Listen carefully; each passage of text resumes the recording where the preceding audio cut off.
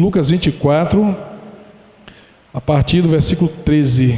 Iam dois dos discípulos de Cristo, dois deles, para uma aldeia chamada Emaús, que distava de Jerusalém 60 estádios. Iam falando entre si de tudo o que havia acontecido.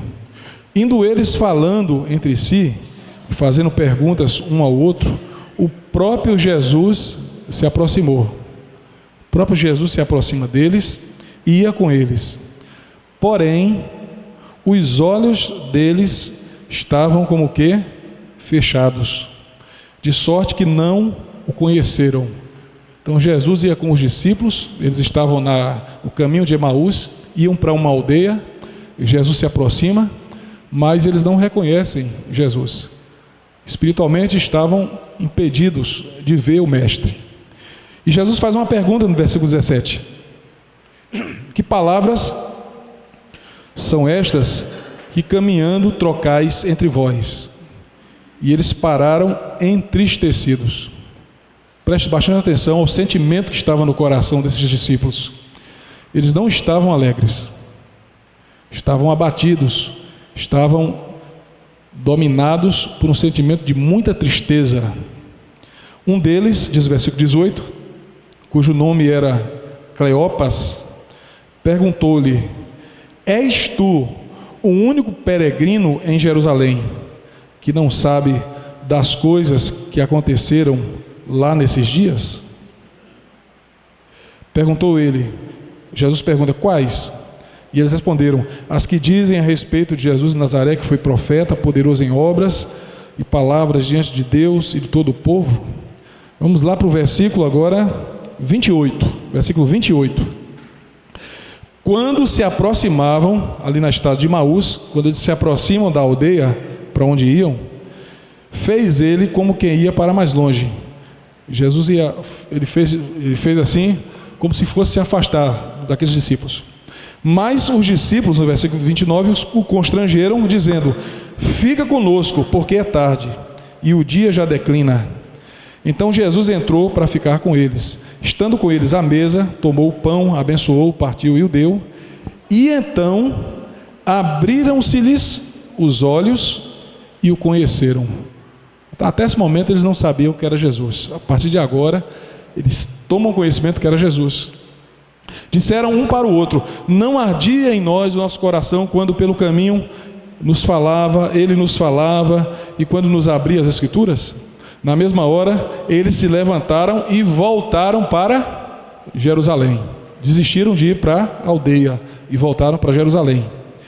E diz o texto aqui: e encontraram reunidos, no versículo 33, os 11, e os que estavam com eles, os quais diziam: ressurgiu verdadeiramente o Senhor e já apareceu a Simão. Então os dois contaram o que lhes aconteceram no caminho e como tinham reconhecido o Senhor quando ele partiu o pão. Amém? Meus irmãos, deixe sua Bíblia aberta, por favor. Observem aqui que estes discípulos estavam saindo de Jerusalém. Provavelmente estavam fugindo de Jerusalém, por causa de tudo aquilo que havia acontecido. E o que é que tinha acontecido?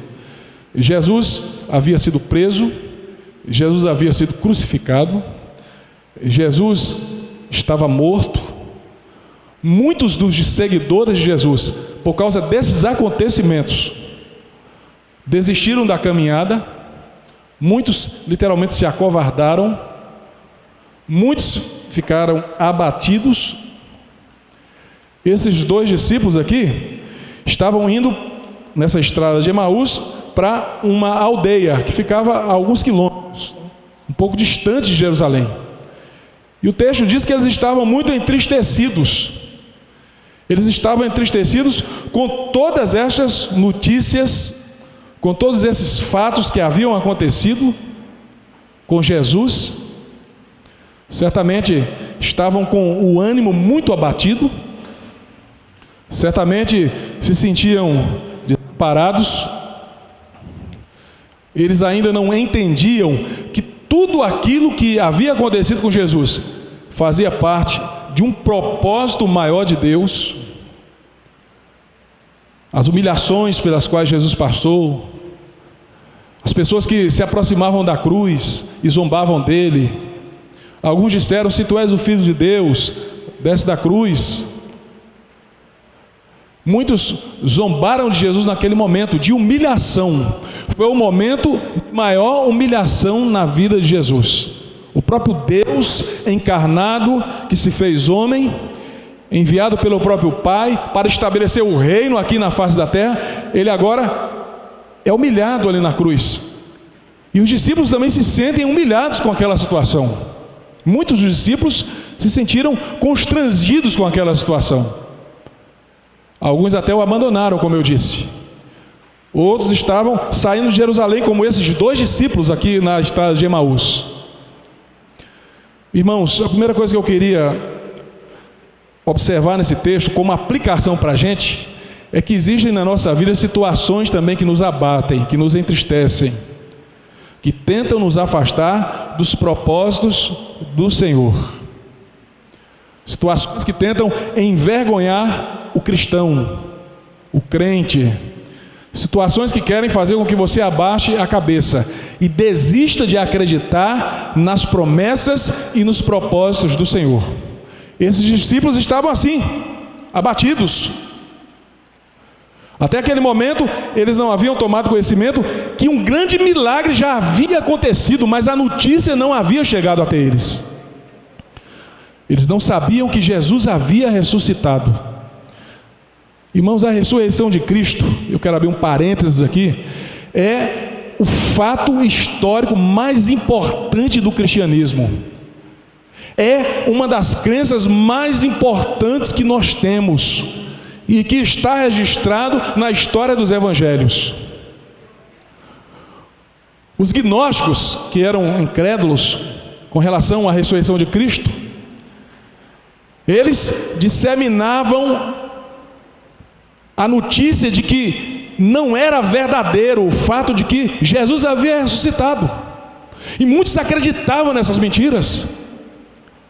Os romanos, que eram aqueles que dominavam Jerusalém, e os judeus, eles tentaram abafar a todo custo a notícia da ressurreição de Cristo.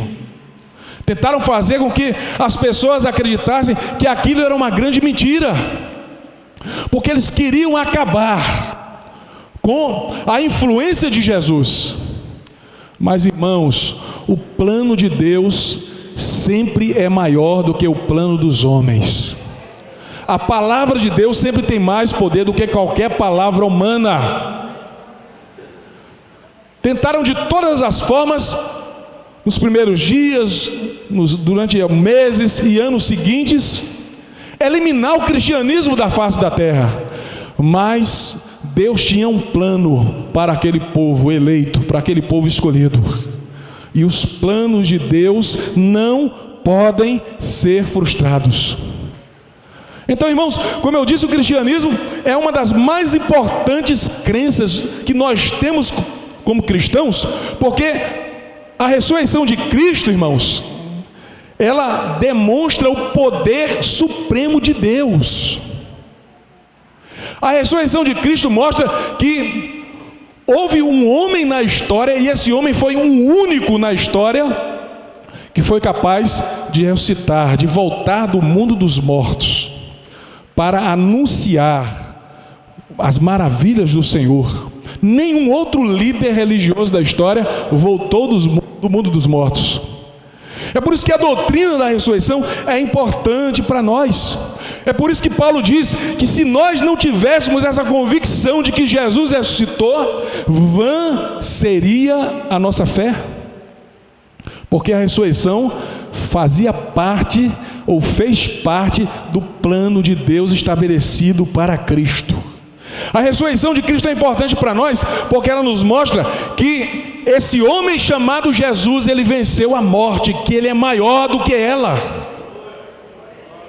Nós todos estamos condenados pelo pecado a morrer fisicamente, mas a graça anula essa condenação e nos faz entender que haverá um dia em que ressuscitaremos em Cristo e venceremos a morte como ele venceu. através da ressurreição. É por isso que a doutrina da ressurreição é importante para nós, porque sem ela o nosso testemunho seria falso. Sem ela nós teríamos um líder que até hoje estaria morto ali no seu túmulo. O túmulo não seria um túmulo vazio. Mas, irmãos, quando Jesus ressuscitou, a ressurreição de Cristo nos mostra que a morte foi vencida pelo Cordeiro de Deus, que Ele é maior do que ela. Um dos maiores inimigos que nós temos é a morte, e Jesus venceu a morte. E se Ele venceu a morte, Ele pode vencer toda e qualquer circunstância que se levanta contra a sua vida, porque Ele é Senhor dos céus e da terra. Irmãos, a ressurreição de Cristo, ela causou um grande impacto nos discípulos. Mas observem que esses dois discípulos que estavam em Emaús ainda não sabiam que Jesus havia ressuscitado. E eu gostaria que você observasse comigo como eles estavam antes de tomar conhecimento desse fato. Veja o versículo 14 a 16. A Bíblia diz que Jesus se aproxima deles, o próprio Jesus se aproxima deles em Lucas, capítulo 24, versículo 14 a 16. O próprio Cristo, o próprio Deus encarnado se aproxima daqueles dois, mas os olhos deles estavam impedidos, eles não conseguiam ver a Cristo, eles estavam cegos a despeito da presença de Deus. Muitas vezes Deus está presente e nós não estamos vendo.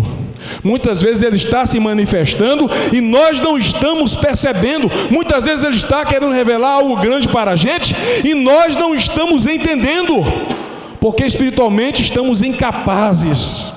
Mas Deus quer retirar essa incapacidade espiritual. Deus, Ele quer abrir os nossos olhos. Deus quer abrir os seus olhos de maneira que você possa entender quão grande e maravilhoso é o plano que Ele tem para a sua vida. Talvez você esteja angustiado porque não está entendendo que plano é esse. Talvez você esteja ansioso porque muitas coisas têm acontecido com você e você não está entendendo o porquê ou a razão de tudo. Confie no Senhor. Deus está se revelando em todo o tempo sobre a sua vida. O Espírito dele está dentro do seu coração. Mas pastor, eu não sinto fé. A gente não precisa sentir, a gente precisa acreditar naquilo que Deus promete. Amém? Você precisa crer naquilo que Deus promete para você como cristão. Aqueles discípulos, irmãos, além de estarem cegos, além de não compreenderem, além de não perceberem a presença de Cristo nas suas vidas, eles estavam tomados de profunda tristeza. Veja o versículo 17. A Bíblia diz que eles pararam com os rostos entristecidos. Eles deveriam estar celebrando a ressurreição de Cristo. Eles deveriam estar esperando nas promessas de Deus, porque Jesus havia prometido que voltaria. Eles tinham promessas, mas mesmo tendo promessas naquele momento, eles estavam profundamente entristecidos, porque se sentiam humilhados, porque talvez achassem que toda a luta pelo qual passaram ao lado de Jesus não tinha valido a pena. Quanta gente talvez se sinta assim nos dias de hoje? Tem tanta gente que trabalha para Cristo, que evangeliza, que faz muitas obras, até lidera igrejas, e às vezes vem uma circunstância difícil, um problema, uma crise, que abate o coração dessa pessoa, ao ponto dessa pessoa achar que todo o esforço foi vão. O seu esforço feito para agradar ao Senhor não é vão. Aquilo que você tem semeado para agradar a Deus terá frutificação. Creia nisso, meu querido. Aquilo que você semeia com lágrimas, com alegria, em nome de Jesus, você vai colher. Amém? Diga para seu irmão, aquilo que você tem semeado com lágrimas, você vai colher no tempo certo com alegria. Versículo 21, vejam como estavam esses discípulos. Além de estarem cegos, além de estarem tristes, eles estavam com esperanças frustradas. Olha o que eles dizem aqui: nós esperávamos que era Ele que ia trazer a redenção a Israel, e hoje é o terceiro dia desde que tudo isso aconteceu. Eles estavam esperando que alguma coisa acontecesse, mas aconteceu tudo aparentemente, porque eles ainda não sabiam que Jesus havia ressuscitado. Então eles acreditavam que tudo estava dando errado. Às vezes é assim também conosco. Você tem a promessa de Deus, mas as circunstâncias parecem estar acontecendo a todo tempo, de maneira que parece que tudo está indo ao contrário daquilo que você espera em Cristo Jesus, daquilo que você tem como promessa da parte dele para a sua vida. Meu querido, a nossa fé não pode ser movida pelas circunstâncias visíveis. A nossa fé, ela não pode ser motivada por aquilo que nós podemos perceber na realidade.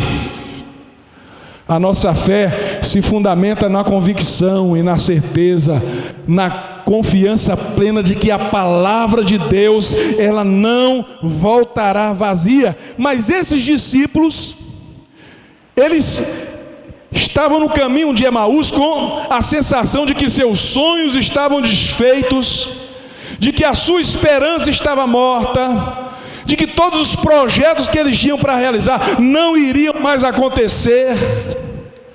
Eles achavam que tudo estava perdido, e talvez tenha gente aqui nessa noite que acha que tudo está perdido, mas nada está perdido para aquele que crê no nome do Senhor Jesus Cristo.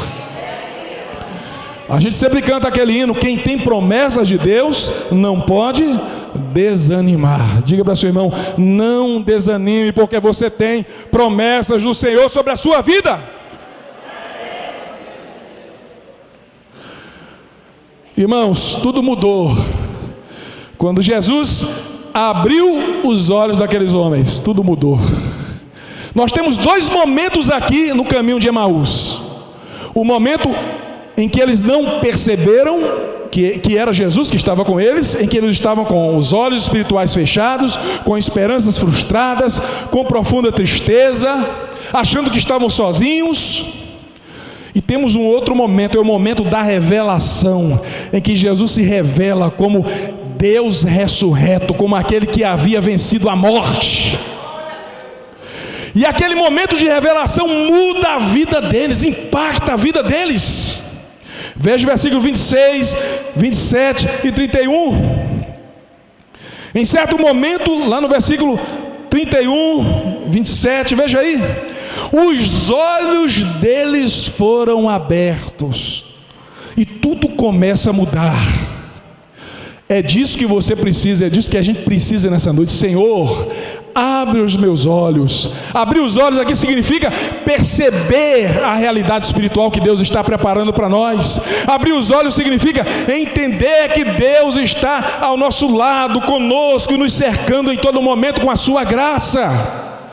Muitos não estão percebendo isso, que Deus está se acampando ao nosso redor, que Ele envia anjos para cuidar de nós, que o seu Espírito está conosco, que a igreja do Senhor, nesse mundo tão cheio de conflitos, ela não está sozinha aqui na face da terra. Abrir os olhos significa perceber toda essa realidade da manifestação sobrenatural de Deus sobre a face da terra e sobre a vida em especial daqueles que creem no nome do Senhor Jesus Cristo. Irmãos, Jesus se revela por meio da palavra. Ele diz aqui, veja o que ele diz: examinai as Escrituras, porque são elas que testificam de mim. Em outros momentos Jesus repetiu esta mesma palavra. Jesus ia se revelando por meio da palavra, e aqui ele se revela. Se você ler todo esse capítulo, você vai ver que Jesus em todo momento está pregando uma palavra poderosa para aqueles discípulos. E em determinado momento Jesus abre os olhos daqueles homens, e ele se revela por meio daquela palavra. Hoje em dia tem muita gente querendo conhecer Jesus fora das Escrituras, fora da palavra, e essas pessoas vão ter experiências negativas, vão ter frustrações, porque fora da palavra não há revelação de Cristo. Na palavra você conhece o poder de Deus. O Evangelho, diz a Bíblia, essa palavra de Deus, o Evangelho é o poder de Deus para a salvação, diz a Bíblia, de todo aquele que crê. Jesus, irmãos, se revela pela palavra. Jesus age por meio da palavra. A palavra de Deus tem poder. Jesus declarou: conhecereis a verdade e a verdade vos libertará. É por isso que muita gente não alcança a libertação. São pessoas que vêm à igreja, recebem a oração, momentaneamente são libertas, mas não se apropriam do poder da palavra. A palavra a longo prazo e a pequeno prazo é a nossa verdadeira fonte de libertação. Amém? Quantos querem conhecer mais a Jesus? É esse Jesus que se revela mais por meio da palavra.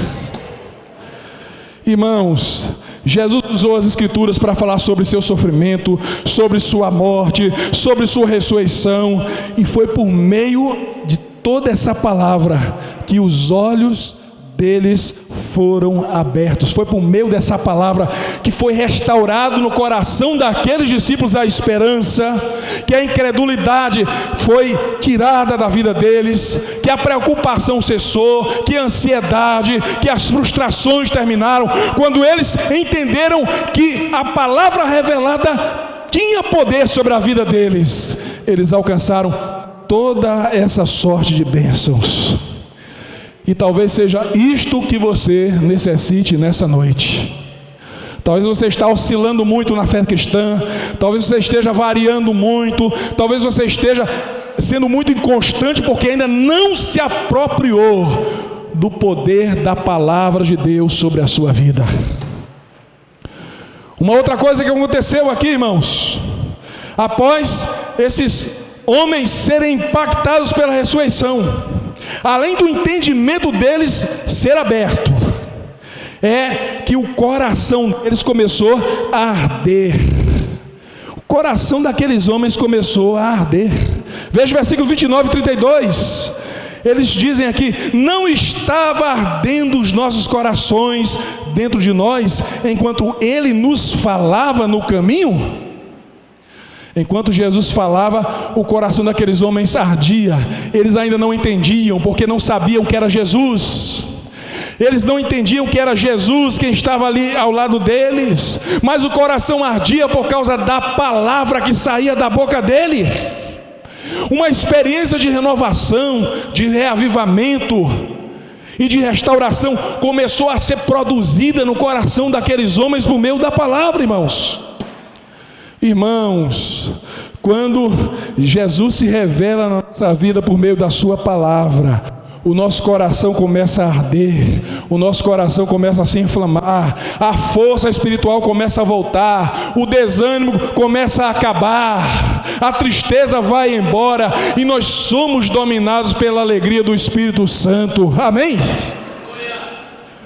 Talvez seja dessa experiência que alguns estejam precisando nessa noite, que todos nós necessitamos. A experiência de sentir o vento do Espírito Santo soprar sobre nossos corações, removendo as cinzas do comodismo, reacendendo a chama, o fogo e a alegria em estarmos servindo ao Senhor. Quando a palavra de Deus faz o nosso coração arder, a frieza espiritual, a letargia, o marasmo, a mesmice, tudo isso abandona a nossa vida, porque nós percebemos que é maravilhoso estarmos em comunhão com o Senhor a cada dia. Amém?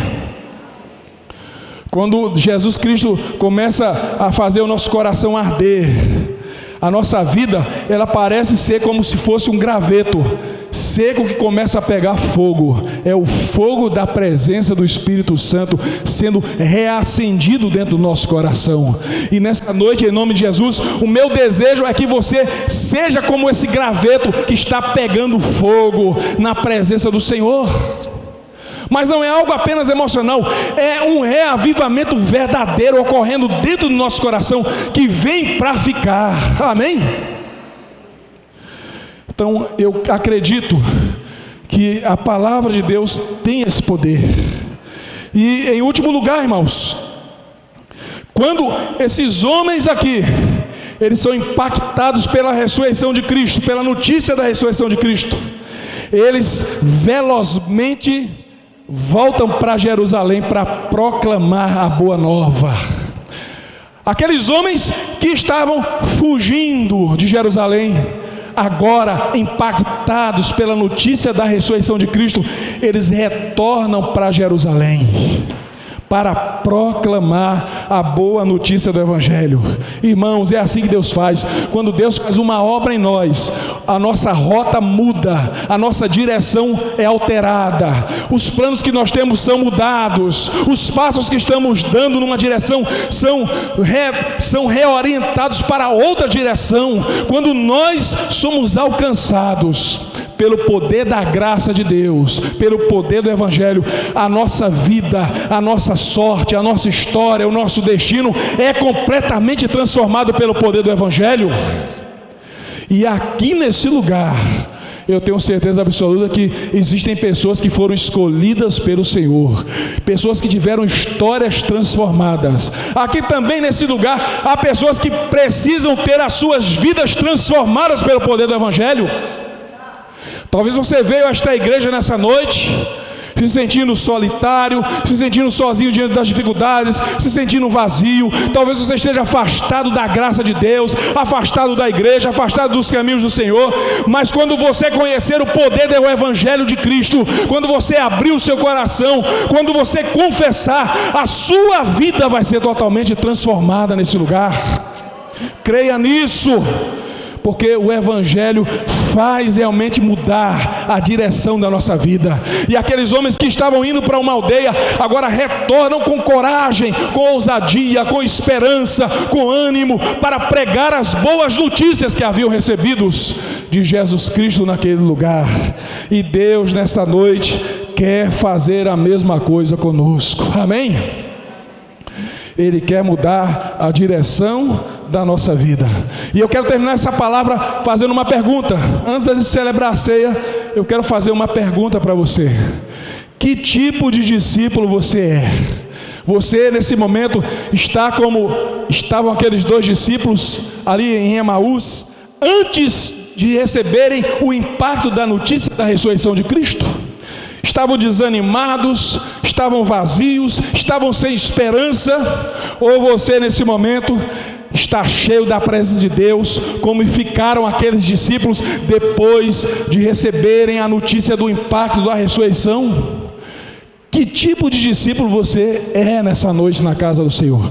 Talvez você já esteja nessa igreja há muitos anos, mas se acostumou com os cultos, se acostumou a ouvir as pregações, se acostumou a cantar os hinos, mas não sente mais a alegria de antes, não sente mais o amor como aquele que você sentia antes, no início da sua conversão, não fala mais das maravilhas de Deus como falava antes, não produz mais os frutos que produzia antes. E Jesus Cristo quer mudar nesta noite a direção da nossa vida nesse lugar. Amém, meu querido? Fica em pé no seu lugar, nesse instante. Nós vamos celebrar a Santa Ceia. Mas antes dessa celebração, eu gostaria que você colocasse a sua vida diante do Senhor. Amém? Apresente a sua vida ao Senhor nesse momento. Apresente a sua vida ao Senhor nesse instante. Se você está se sentindo abatido espiritualmente, apresente o seu coração ao Senhor. Peça uma renovação interior.